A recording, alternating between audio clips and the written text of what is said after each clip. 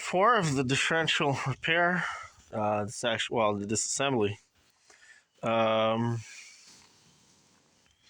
I had to clean up some of these crevices here in order to gain access to the bolts. There's one bolt that went there, 2, 3, 4. There's another one there, and at this point, I'm just wiggling it out. It's fully free to move. I disconnected one hose line so that it's this to release the tension on this air brake here. Just get it out of the way.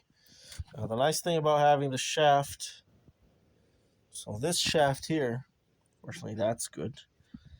Lines on this one are fucked up, but not on this one. This one is fine. It goes all the way there. That one goes to the other differential. So if I move it, see there. But the nice thing about having that is that this heavy middle part here can rest on the shaft here as I slide it out, and then I can get a good grip on it and remove it. And there's these gears that go inside it, and I was thinking that perhaps this one, with the big nut on, went through to the other side, and it kind of doesn't. But anyways, it looks like the whole piece will just come off. You don't have to try to do anything else on the inside. It's just a matter of literally removing the bolts that go around the housing. That's it. Nothing else.